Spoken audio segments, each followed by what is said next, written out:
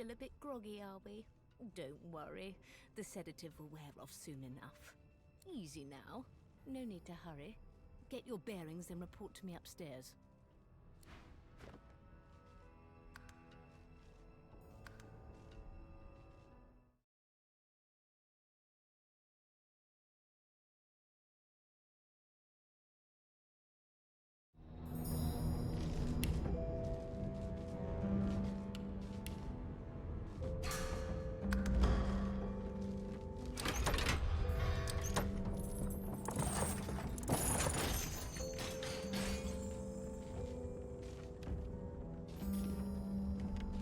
So it wasn't a dream after all.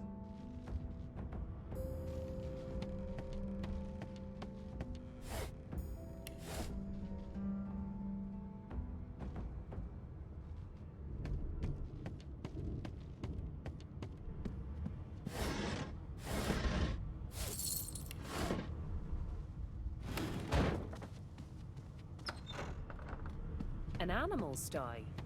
Freight or food?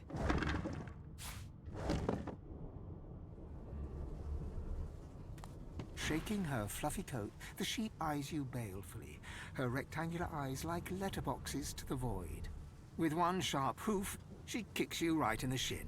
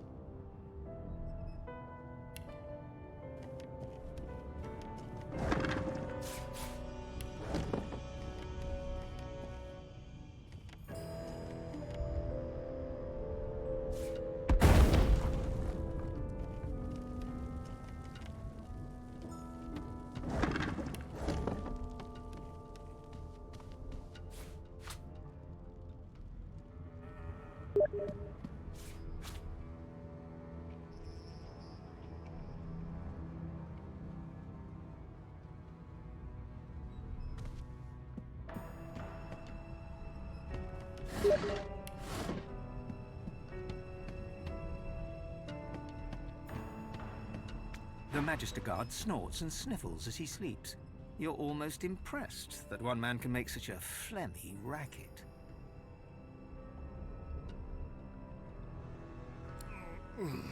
Is my shift over? Are you here to relieve me? Wait, you're no magister. You're a sorcerer. What are you doing here, filthy scrounger? Choose your words carefully. My fists ache to meet a new face.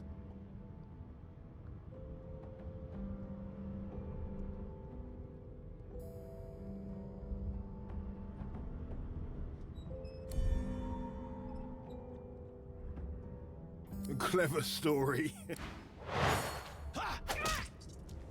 I should have known there'd be trouble.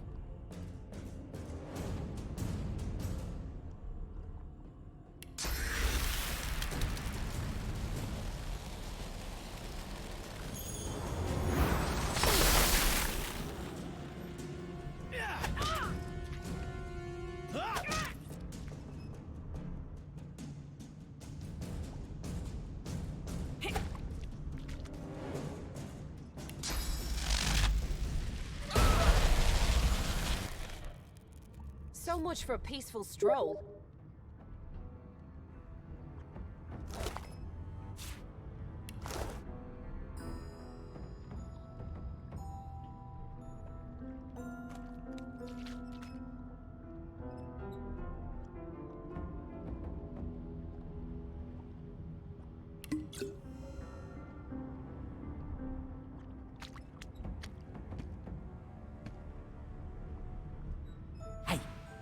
Hey, get me out of this cage and I'll make it worth your while. You in?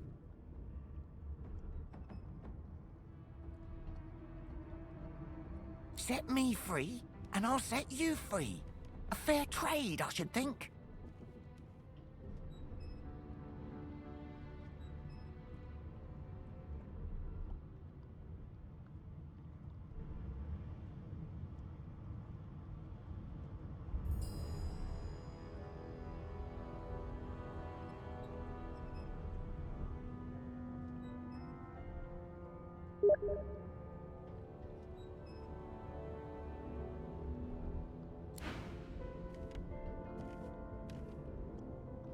This again.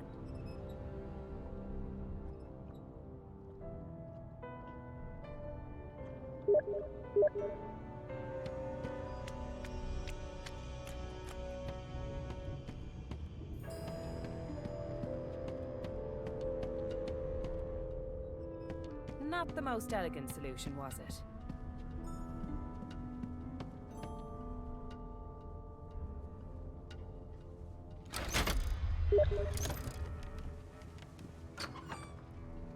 And I'm back where I started. Nowhere to go but up.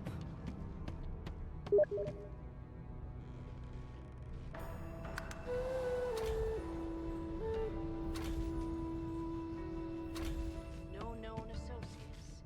In fact, he seemed quite averse to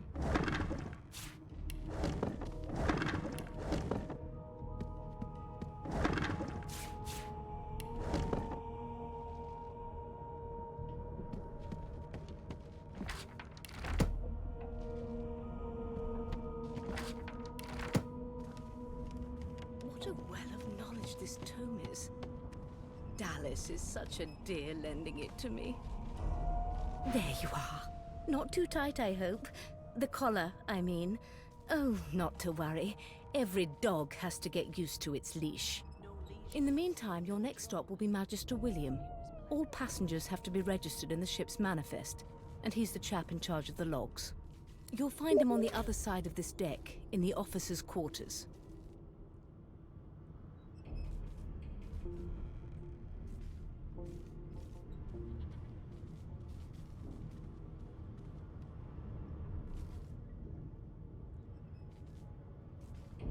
No.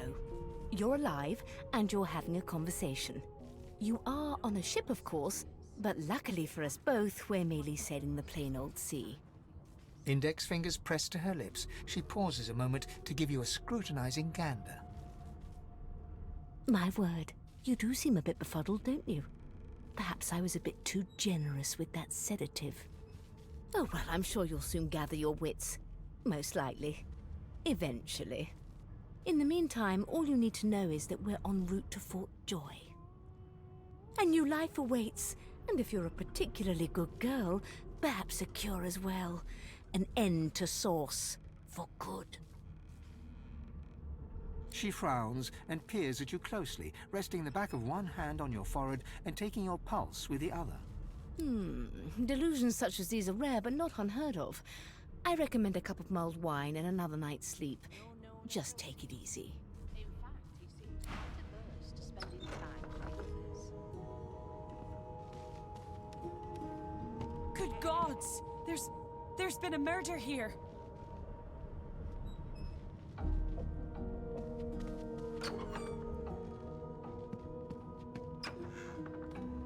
Why won't you sing? You scallywags.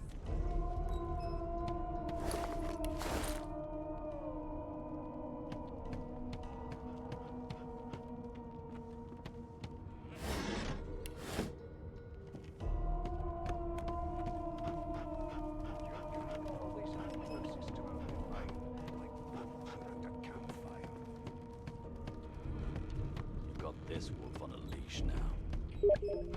Soon as the Inquisitor gets here, we'll hang you right over the side of this ship with it.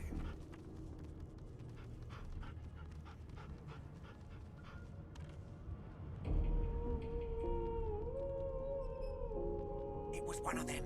I know it. Would you put a knuckle in it? I'm trying to concentrate. They don't care about us. We're like cattle to them. I'll give you that knuckle if you keep carrying on. One of us wouldn't kill our own. They're picking us off one by one. Can we just skip to the part where I reassure you and you shut up? You think me mad? Mad? No. Insufferable? Surely. A broad dwarf sits totally upright on the bench, eyes closed, palms face up on his knees. His beard is a cascade of meticulous plaits, each one braided through with golden medallions. He raises an eyebrow as you approach, but doesn't open his eyes. Listen up, Ghetto. You hear that? Gods, didn't your mother teach you any manners? The ship, of course. Forget it. A wave of sound washes over you. The unintelligible chatter of your shipmates, the groaning of wood from floor to ceiling, the boom, crash and crackle of waves around you, complaints from the sea itself. And?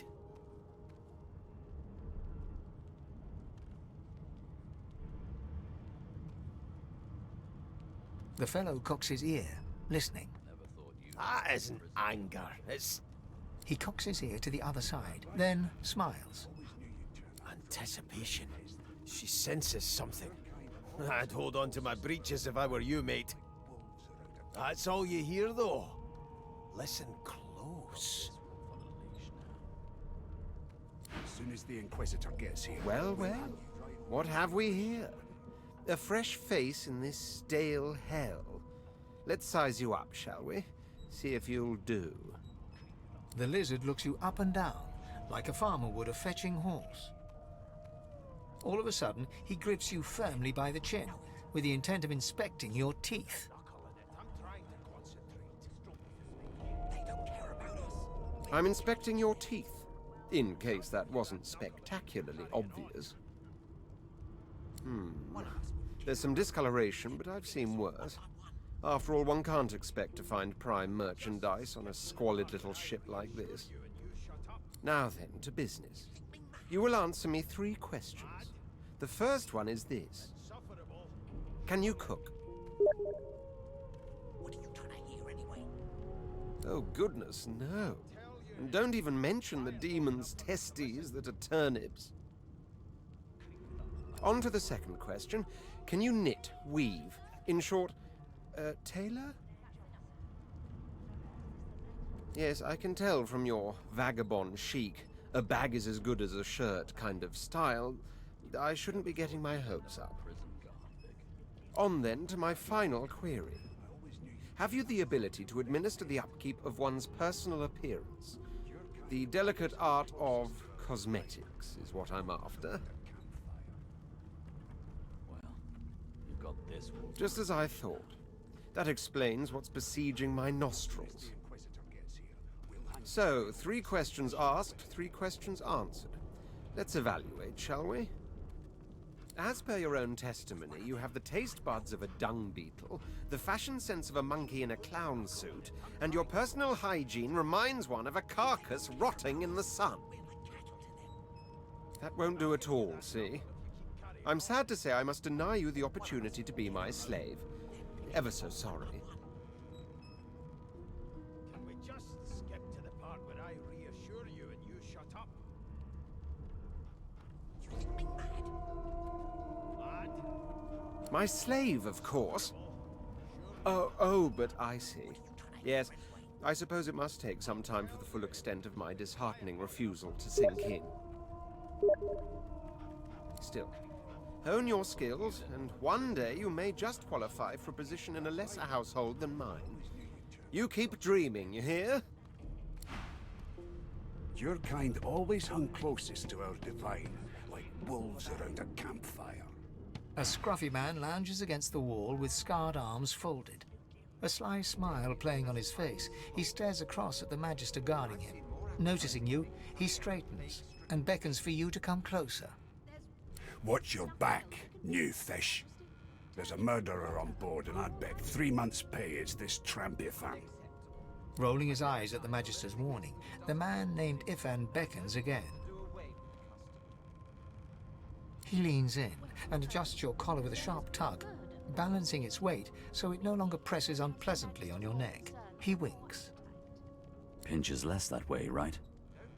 Hocking a phlegmy gobbet in your general direction, the sullen Magister settles back to his task of glowering at Ifan. And now, you.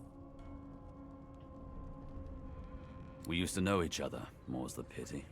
I was his commander many, many, many moons ago. Isn't that right, Vic?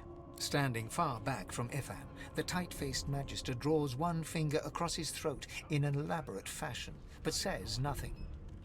Ifan grins, flashing pointed white teeth. Same as he was at 14 years old. Only difference is somebody gave him a bigger sword and now he's Johnny Big Pants.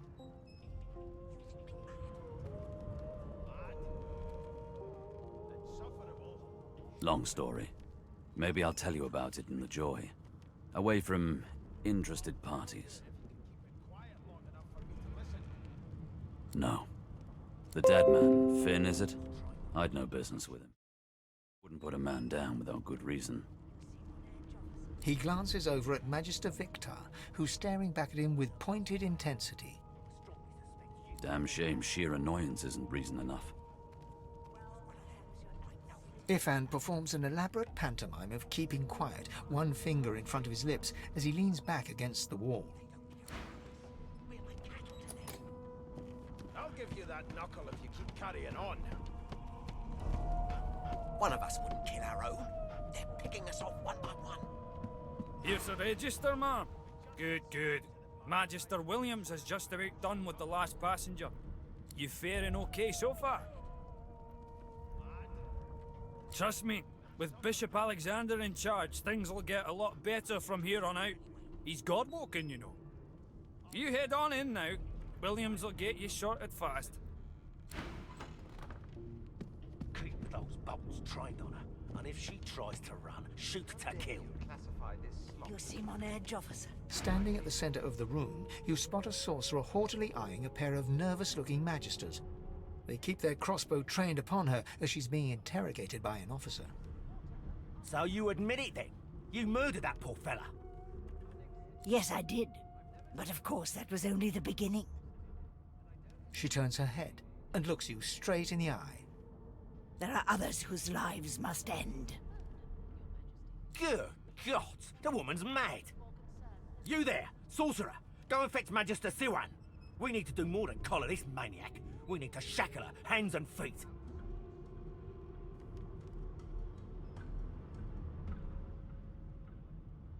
It means your journey draws to a close.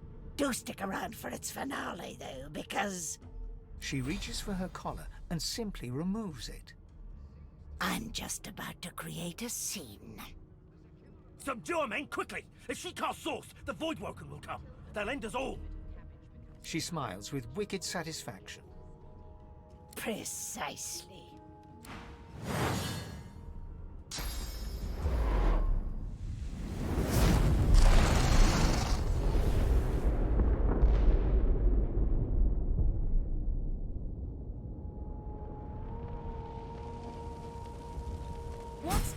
What's happened?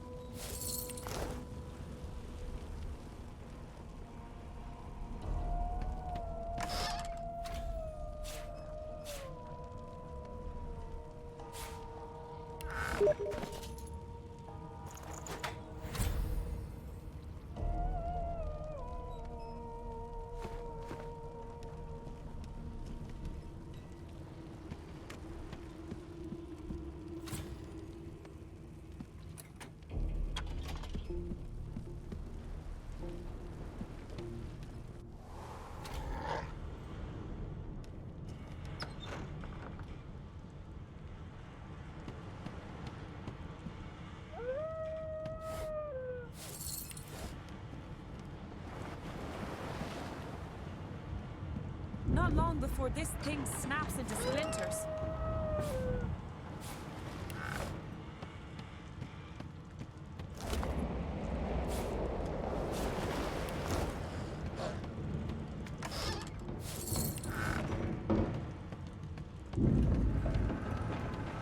Great gods! Something's pounding on the hull!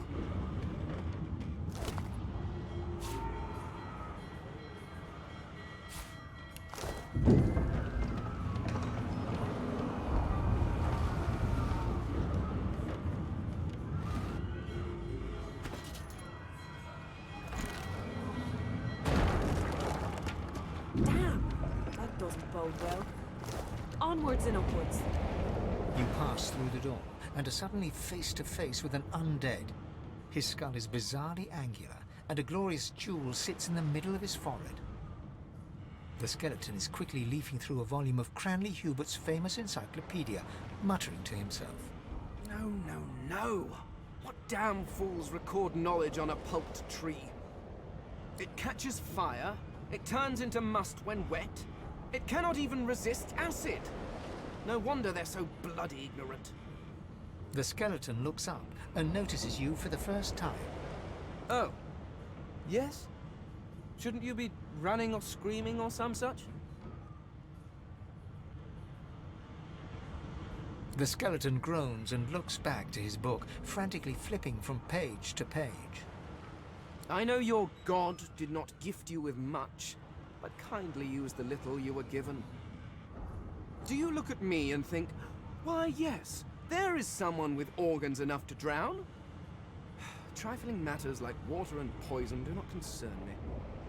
No, damp robes are the most I have to fear. Once this glorified skiff hits the seafloor, I will simply walk to shore. Whereas you, I believe, have lifeboats to pointlessly squabble over.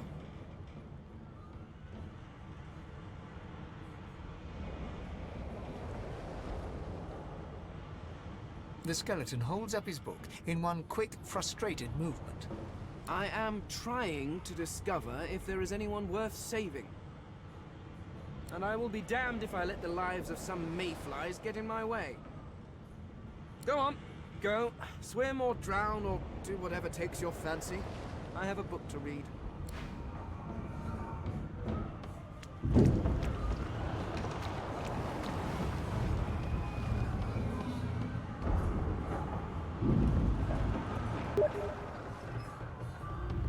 The marking on the door was painted recently, judging from its pungent scent. You don't recognize the symbol, but it's clearly warning you away. You press your palm against the door to open it. The wood feels neither cold nor warm, but simply grey. The color drains from your hand, and you are left numb. It doesn't budge. The door groans open, but an ashen shadow clouds your mind.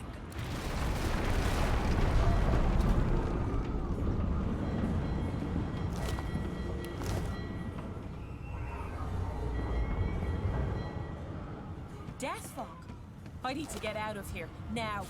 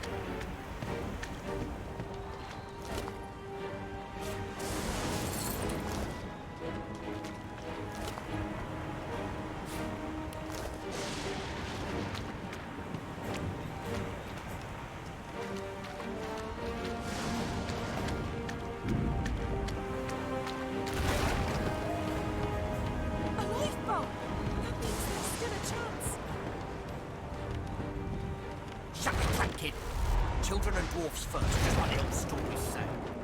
The dwarf yanks at one of the nearby ropes to no avail. You said there were other people down there. We need to help them. You see those tentacles, kid? It's time to get the hell out of here.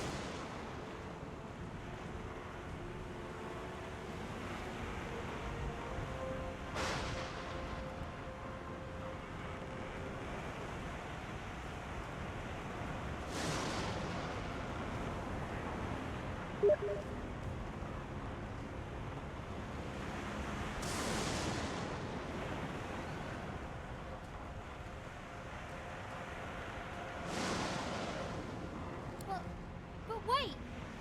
There's still people down there! As the boat rocks downward, a prayer to Lucian you once heard passes through your mind. The law of life from divine within saved me from death and the shackles of sin. You clench your eyes and brace for impact.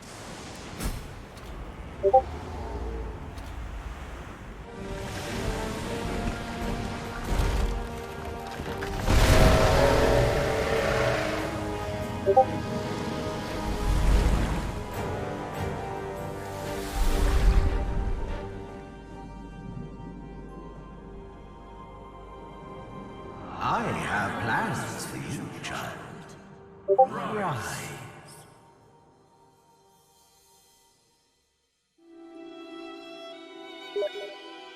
Honorable Dallas, we lost a ship sailing sorcerer prisoners to Fort Joy. We assume some escaped and broke their collars. Their vile magic lured the Voidwoken. All who were aboard are presumed dead. Yours faithfully into eternity, High Judge Orivan.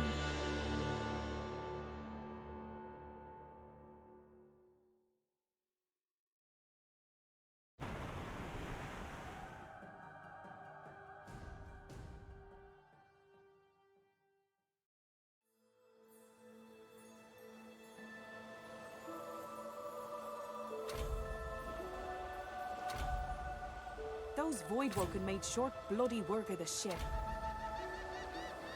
Am I the lone survivor? It seems someone, something, wanted me alive.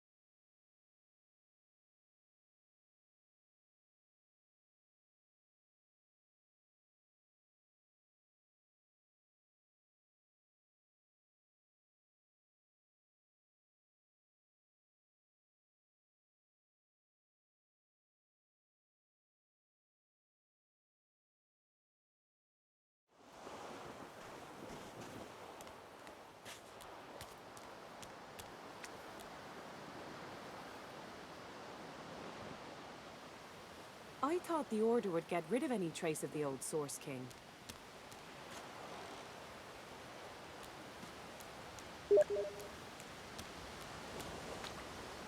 The child has a small mirror in his hands.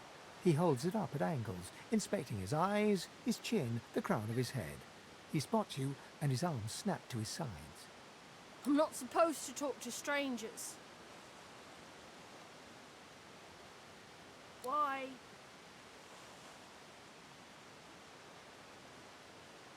I guess. Well, the people who put me here are human, and the people who took my parents away are human too. Or do you mean because I'm a... Are you a sorcerer? One of those guys that brings the bad void things here?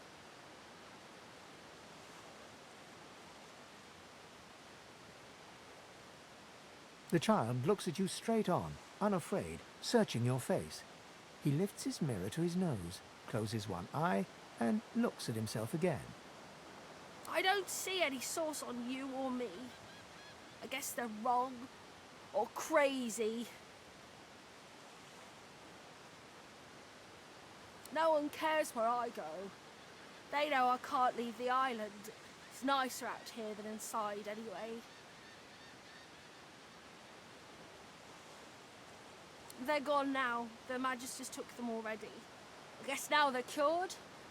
And maybe they're waiting for me back at home. But you didn't die. There isn't anywhere safer. That's what I mean. You'll see.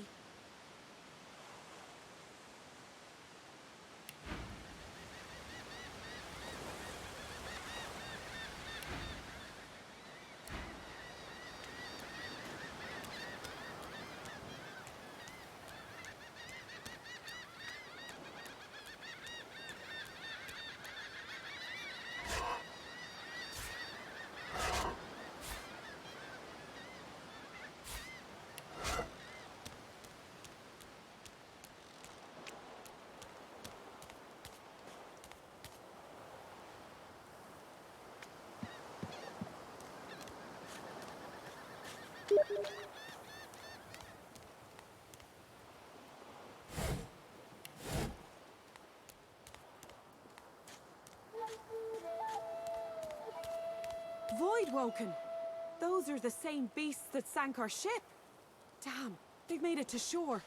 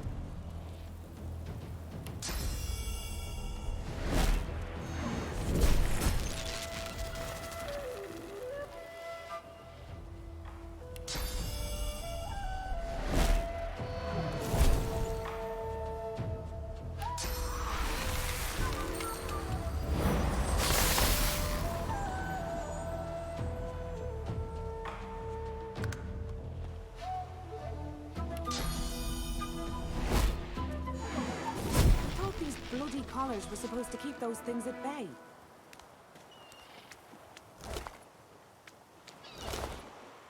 Drowned and eaten by a void woken. I wonder in which order.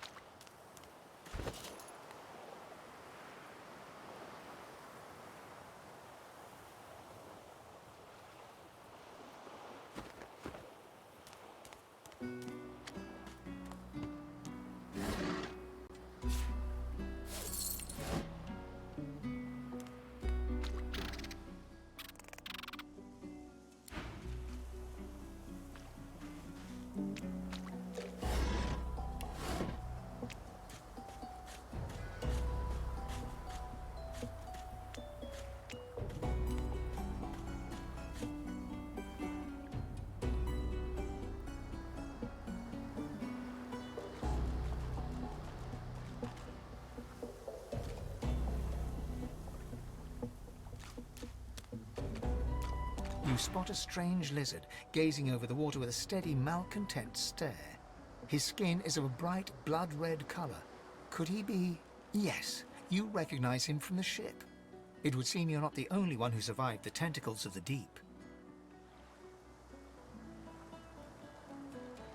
The lizard turns about with the graceful ease of a dancer, or a duelist. You lock eyes with his, two smouldering embers that sizzle your very soul. Indeed. Well, you certainly have a lot of nerve, haven't you? To act all high and mighty after what you've done. No need to play the innocent with me. Word has reached me, through a very sour grapevine indeed, that you turned your back on your fellow passengers back on that ship. Left us to fend for ourselves. So much easier, isn't it, to look out for oneself alone? Of course I did. Takes more than some oversized cuttlefish to get the better of me. Besides, you'll find I wasn't complaining. I was making a point. About oneself. Alone. So, if there's nothing further...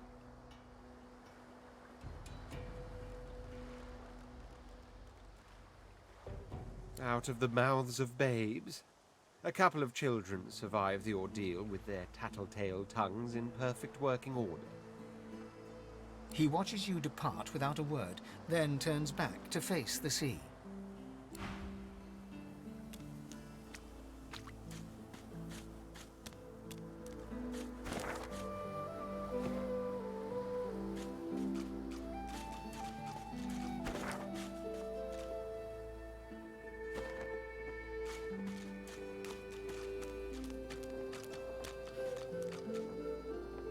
A black cat.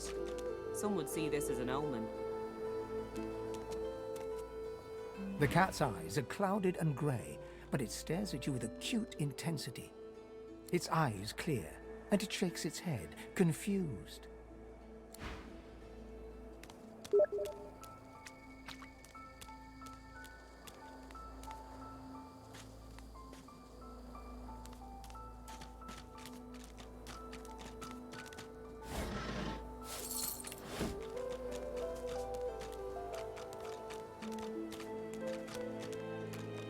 I wonder where this leads.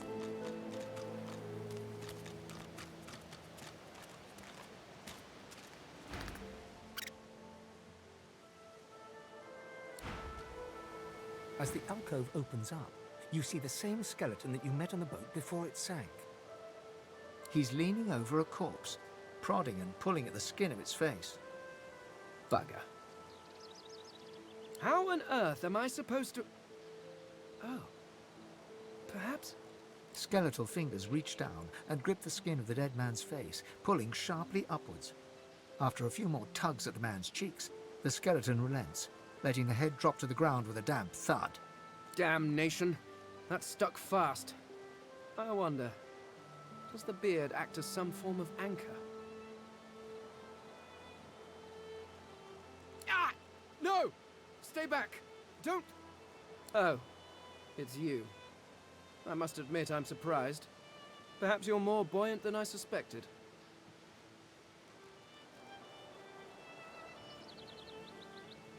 It seems the human that stole my mask was rather more resourceful than I gave her credit for. I chased her here, but she rather seems to have given me the slip. Thus... He turns back to the body, prodding at its face cautiously.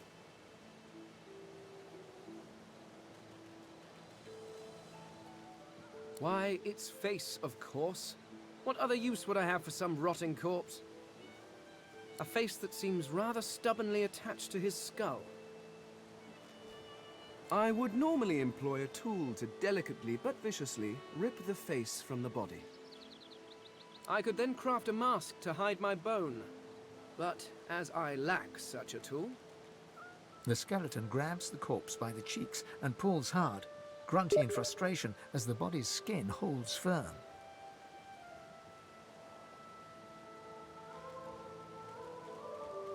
Because my own was stolen from me. And the idea of being chased across Rivalon by every idiot with a torch does not appeal. Oh, get away! Monster! Hide the children! Oh. You are simple beasts. And you simply do not like my... Well, not my kind, but those that look like me. So... if I am to traverse this land, I will need a mask to disguise my features.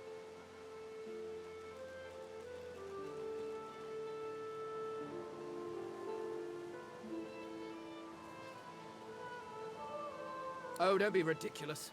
I have important things to do on Reaper's Coast.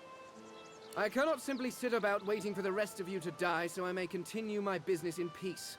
No, I may be an eternal, but my patience has its limits. Indeed, I may be the only eternal. My people seem rather absent, at least from this realm. As for the others, well, there is an excavation site at the Black Pit's oil fields. Perhaps there I'll find my answers. A companion? After you left the others to die on that ship? Hardly actions that instill confidence. Then again, I am somewhat isolated here.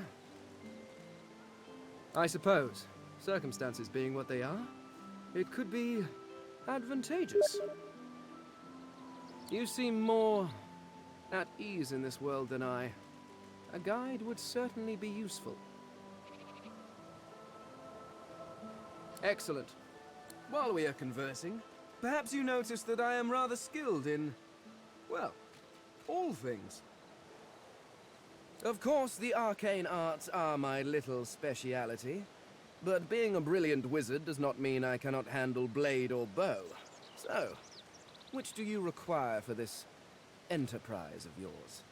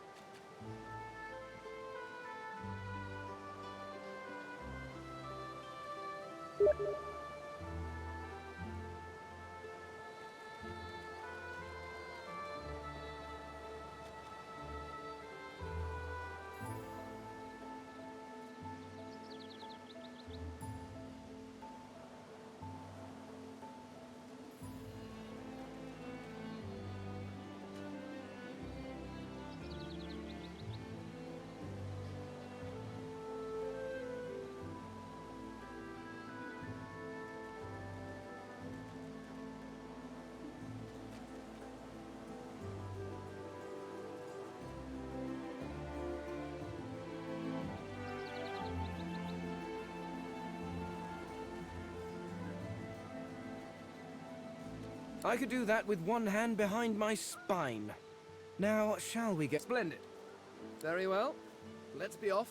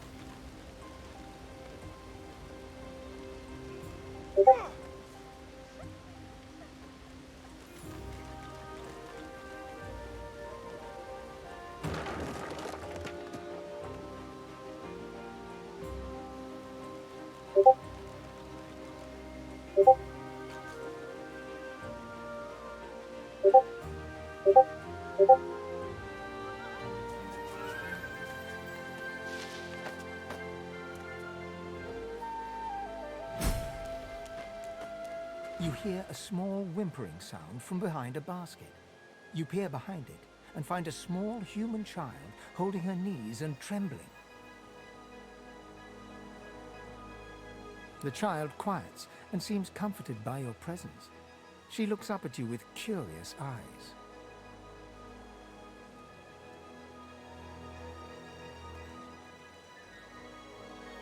There are monsters here.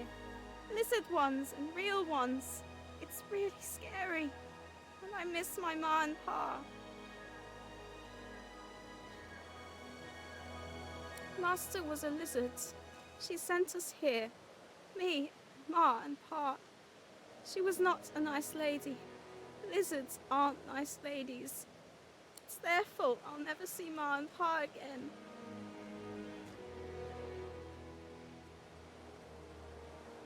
Parents are the best.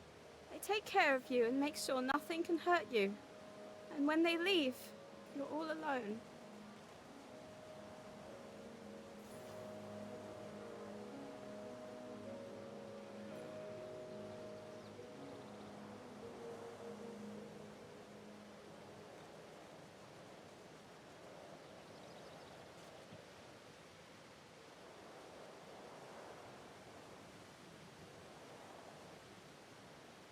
Her eyes lock with yours for a moment. She places her head on her knees and sits quietly.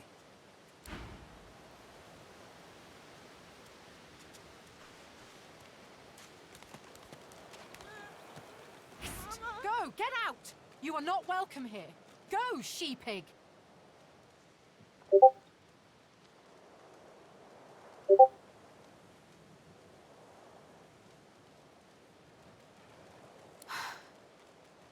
This is my mistake.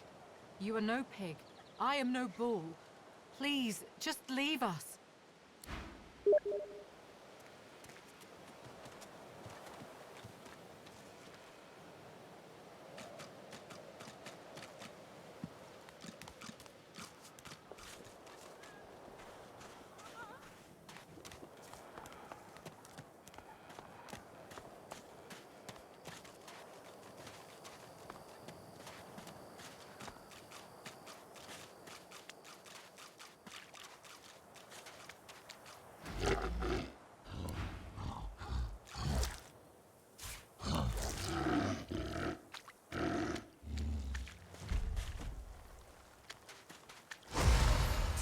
To these turtles.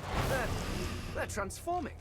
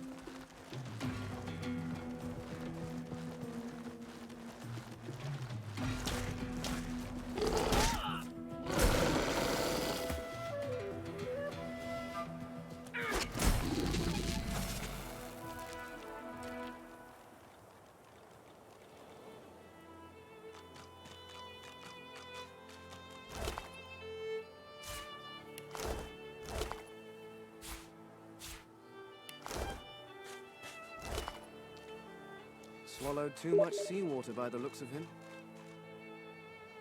Foolish to attempt an escape by sea in these waters.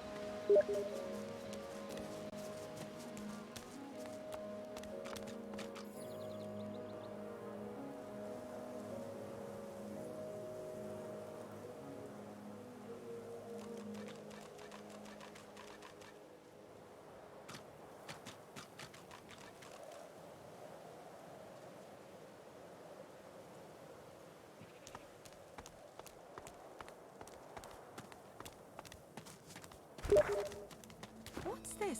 I found something.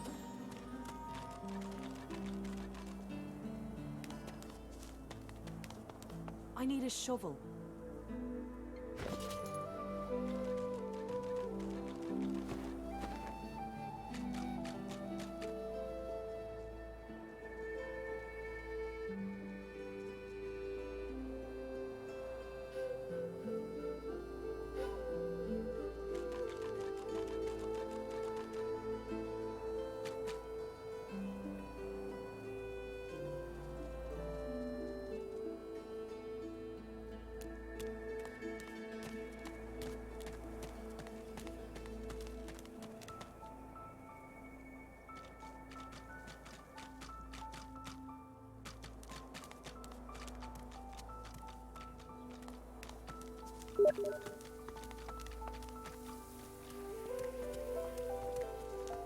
Now speak. Stay back, sorcerer, and stay silent. Our Godwoken speaks.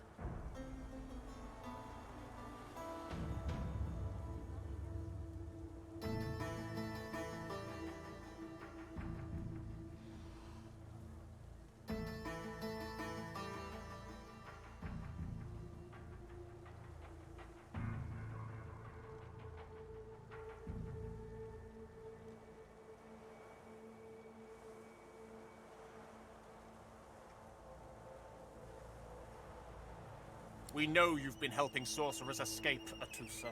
We have proof. I'd sooner cut my tongue out than lie to you, Alexander. I know nothing of any escapees. If you can tell the Godwoken no more, your tongue is of no use. Cut it out. This can't be serious, Alexander. Come! You should know by now to obey your superior, Magister, whatever she may ask.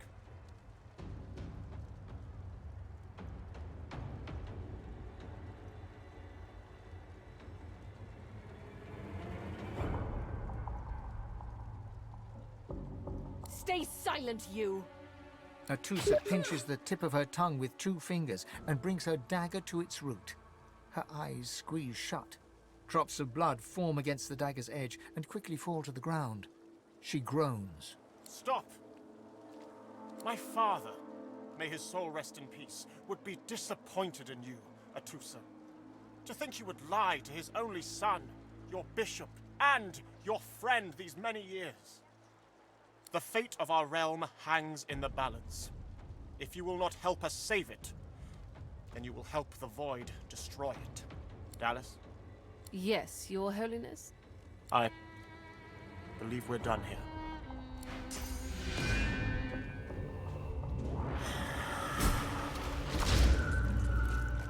What a waste. Come, we'll be needed elsewhere.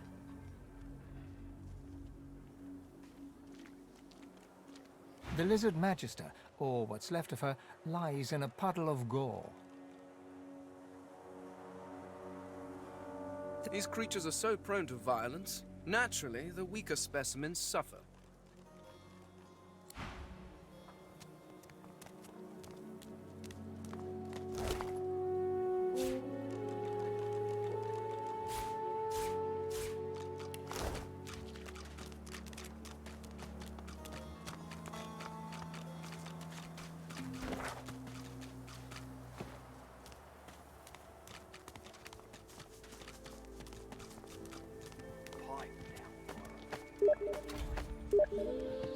Where is he? I don't think I ain't watching. That's your 5th blue jester this round. What of it? Greetings, child. I find myself in your so-called divine lands, yet I feel his absence deep in my heart all the same.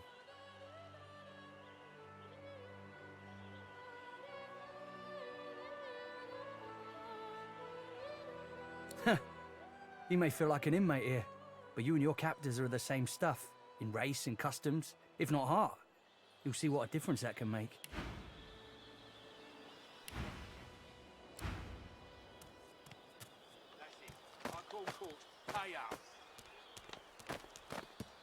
Looky here, mates. A fresh face.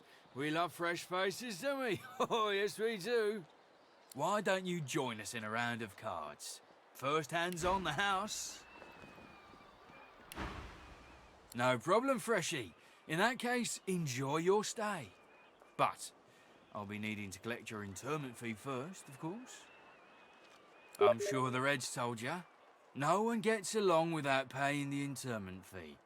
So, let's make this easy. Empty your pockets.